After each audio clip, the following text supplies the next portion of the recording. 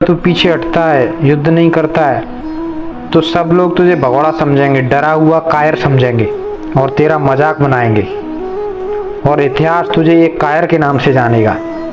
तो क्या तू यह चाहता है कि तेरी इतिहास में तू एक कायर के नाम से जाना जाए और तू नरकलोक में जाए और तेरी निंदा हो? युद्ध में या तो तू मारा जाएगा तो स्वर्ग को प्राप्त होगा, जीत गया पृथ्वी का राज्य भोगेगा। और इस प्रकार अर्जुन युद्ध के लिए निश्चय करके खड़ा हो जा। अजय लाभ हानि और सुख दुख को समान समझकर उसके बाद युद्ध के लिए तैयार हो जा।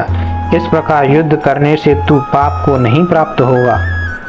योग के बारे में श्री कृष्ण क्या बताते हैं कि इस धरती पर जन्म लेता हर कोई कर्म करता है, लेकिन कुछ ज़्यादातर अधिकतर लोग इच्छा करते हैं फिर कर्म करते हैं। उनके अंदर कुछ पाने की लालसा होती है, कुछ भोगने का लालच होता है, इसलिए वह कर्म करते हैं अधिकतर लोग। क्योंकि अधिकतर लोग वस्तुओं को ही स्वर्ग समझते हैं, विलास की चीज़ें हैं, वस्तुएं हैं, उनको ही स्वर्ग समझते हैं और फल की इच्छा रखते हुए कर्म करते हैं। क्योंकि दुख के सिवा और कुछ प्राप्त नहीं होता। क्यों?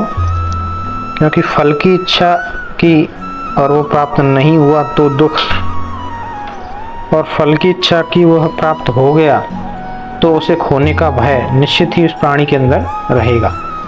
तो हे अर्जुन, तू केवल कर्म कर, फल की इच्छा मत कर। अर्जुन से बोलते हैं योग में क्या सिखाता है हमें कि कर्म करो, फल की इच्छा मत करो। चाहे वो कोई चीज़ मिले या ना करे उससे कोई मतलब नहीं, लेकिन हमें क्या करना है, हमें अपना कर्म करना है। जैसे क्रिकेटर है, उसका काम क्या है, उसका कर्म क्या है, खेलना, अपना 100% देना।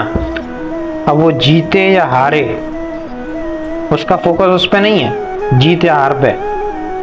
एक क्रिकेटर का जीत या हार पे उसका फोकस उस पर नहीं है, उसका फोकस किस पे, कि मुझे अपना बेस्ट देना है, मुझे अपना 100% देना है।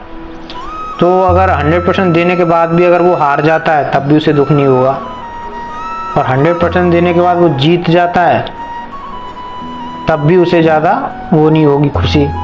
क्यों? क्योंकि उसे इस बात की संतुष्टि रहेगी कि मैंने अपना कर्म किया, 100% दिया। हे पार्थ, तू फल की इच्छा मत कर, केवल कर्म कर।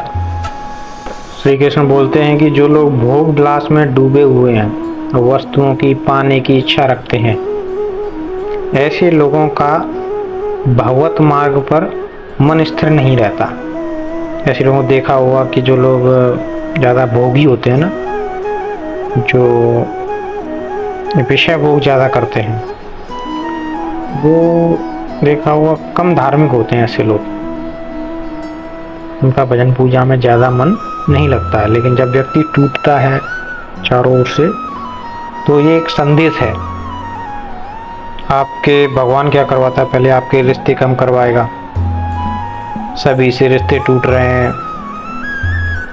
आप कोई संघर्ष आया, आपने कुछ गलत किया पास्ट में तो आपको दुख हो रहा है, आप टूट रहे हो। तो लेकिन आप टूट रहे हो, दुनिया से रिश्ते टूट रहे हैं, लेकिन आप भगवान के नज़दीक जा रहे हो, परमात्मा की ओर, आप आध्यात्म की ओर जा रहे हो। तो यह एक मौका है हर इंसान के ऊपर, क्योंकि नव निर्माण के लिए टूटना आवश्यक है। इसलिए अगर आप टूट रहे हो तो यह एक संदेश है कि परमात्मा आपको अपनी ओर बुला रहा है, आध्यात्म की ओर एक रास्ता आपका खुल रहा है। इसलिए धन्यवाद कीजिए कि आपकी ज़िंदगी में संघर्ष आ रहा है, क्योंकि इंसान सहारे से नहीं संघर्ष से मजबूत बनता है। अब श्री कृष्ण अर्जुन से बोलते हैं कि भांति भांति के वचनों को सुनने वाले विचलित हुए तेरी बुद्धि जब परमात्मा में अचल और स्थित ठहर जाएगी, तब तू योग को प्राप्त हो जाएगा, अथवा तेरे प्राण आत्मा से नित्य संयोग हो जाएगा और तू स्थिति प्रज्ञ हो जाएगा। स्थिति प्रज्ञ मतलब जिसके ऊपर जीत और हार का फर्क नहीं पड़ता, जो स्थित रहता है, सुख और दुख में समान रहता है, जीत और हार में समान रहता है। ऐसा व्यक्ति परमात्मा स्थित हो जाता है, स्थिति प्रज्ञ बन जाता है ऐसा मुनि। तो अर्जुन बड़ा कंफ्यूज था और पूछता है कि हे प्रभु, ये स्थिति प्रज्ञ क्या होता है? पुरुष होता क्या है? क्या खाता है ऐसा व्यक्ति स्थिति प्रज्ञ? क्या उड़ता है? कैसे जीवन जीता है? इसकी पहचान क्या है? तो श्री कृष्ण हंसते हुए मुस्कुराते हुए जवाब देते हैं कि हे पार्थ, जो व्यक्ति दुखों की प्राप्ति होने पर भी जिनके मन से उद्वेग नहीं होता और सुखों की प्राप्ति होने पर वो खुश नहीं होता, जिसका राग भय और क्रोध नष्ट हो गया है, मन में स्थित संपूर्ण कामनाओं को भली भांति त्याग देता है और आत्मा से आत्मा में ही संतुष्ट रहता है, उस काल में वह स्थिति प्रज्ञ कहलाता है। श्री कृष्ण बताते हैं कि जो व्यक्ति कछुआ ओट से अपने अंगों को समेट लेता है, वैसे ही जो स्थिति प्रज्ञ व्यक्ति होता है ना, जो स्थिति प्रज्ञ होता है, वह इंद्रियों को विषय भोगों से समेट लेता है। व्यक्ति मन और बुद्धि से स्थिर होता है। अब ये बहुत ही गहरी बात कही जा रही है, बड़े ध्यान से सुनना। इंद्रियों द्वारा विषयों को ग्रहण न करने वाले पुरुष के भी केवल विषय तो निवृत्त हो जाते हैं, परंतु उनमें रहने वाली आसक्ति निवृत्त नहीं होती है। इस स्थिति में स्थिति प्रज्ञ पुरुष तो आसक्ति भी परमात्मा का साक्षात्कार करने निवृत्त हो जाती है। स्थिति प्रज्ञ जो मनुष्य होता है, स्थिति प्रज्ञ, वह विषय भोगों से अपनी इंद्रियों को सिकोड़ लेता है, समेट लेता है, लेकिन मन फिर भी मचलता है। लोगों को देखा होगा, और मन पे तो अच्छे विद्वान भी फेल हो जाते हैं मन के सामने, लेकिन जो स्थिति प्रज्ञ व्यक्ति होता है, मन से भी विषय भोग के बारे में कल्पना भी नहीं कर सकता, सोच भी नहीं सकता। क्यों? क्योंकि वह उसका मन भी आत्मा को साक्षात्कार हो जाता है, मन से भी नहीं भोग सकता। भगवान श्री कृष्ण क्या बोल रहे हैं अर्जुन से, ये देखिए। उन संपूर्ण इंद्रियों को वश में करके समाहित चित्त हुआ मेरे परायण होकर ध्यान में बैठे। क्योंकि जिस पुरुष की इंद्रियां वश में होती हैं, उसी की बुद्धि स्थिर हो जाती है।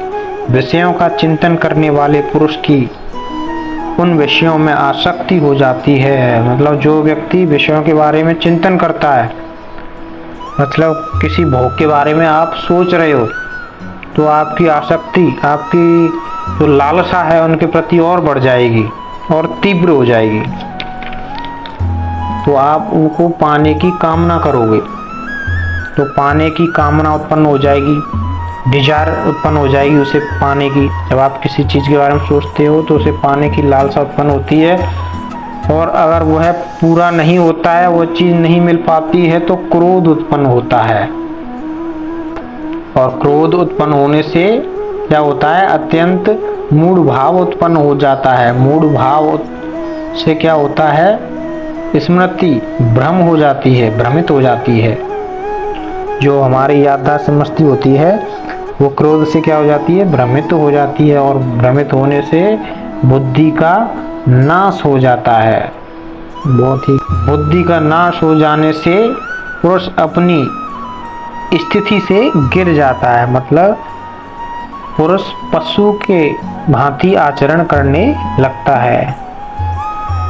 परंतु अपने अधीन किए हुए अंतःकरण वाला साधक अपने वश में की हुई राग द्वेष से रहित इंद्रियों द्वारा विषयों में विचरण करता हुआ अंतःकरण की प्रसन्नता को प्राप्त होता है।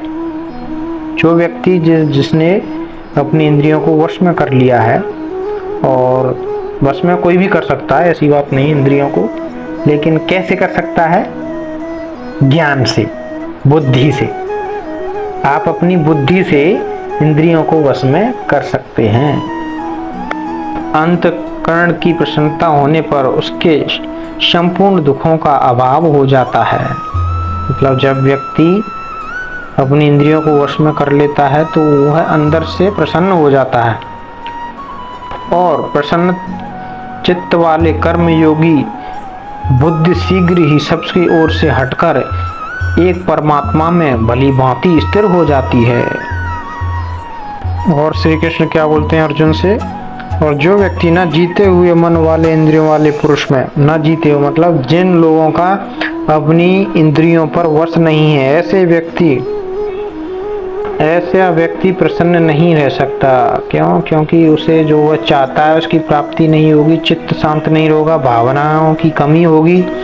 तो भावनाहीन मनुष्य को शांति प्राप्त नहीं होगी, और शांति रहित मनुष्य कैसे खुश रह सकता है? क्योंकि जैसे जल में चलने वाली नाव को वायु हर लेती है, वैसे ही विषयों में विचरती हुई इंद्रियों में से मन जिस इंद्री के साथ रहता है वह एक ही इंद्री इस अयुक्त पुरुष की बुद्धि को हर लेती है।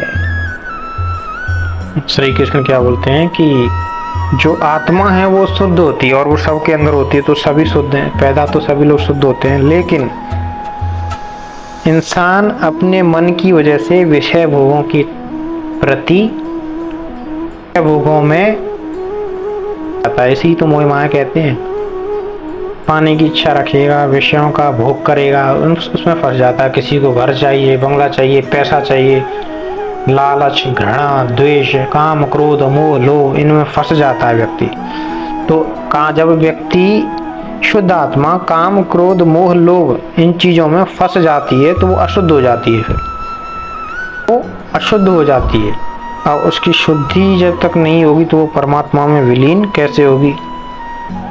लेगा, भोगों को त्याग देगा और बुद्धि के द्वारा मन पर नियंत्रण कर लेगा और कछुए की भांति इंद्रियों को सुकोड़ लेगा और एकदम शुद्ध बन जाएगा।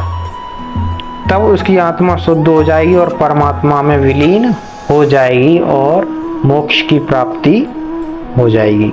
इसलिए हे अर्जुन, जो पुरुष संपूर्ण कामनाओं को त्याग कर ममता रहित, अहंकार रहित और स्पृहा रहित हुआ विचरता है, वही शांति को प्राप्त होता है।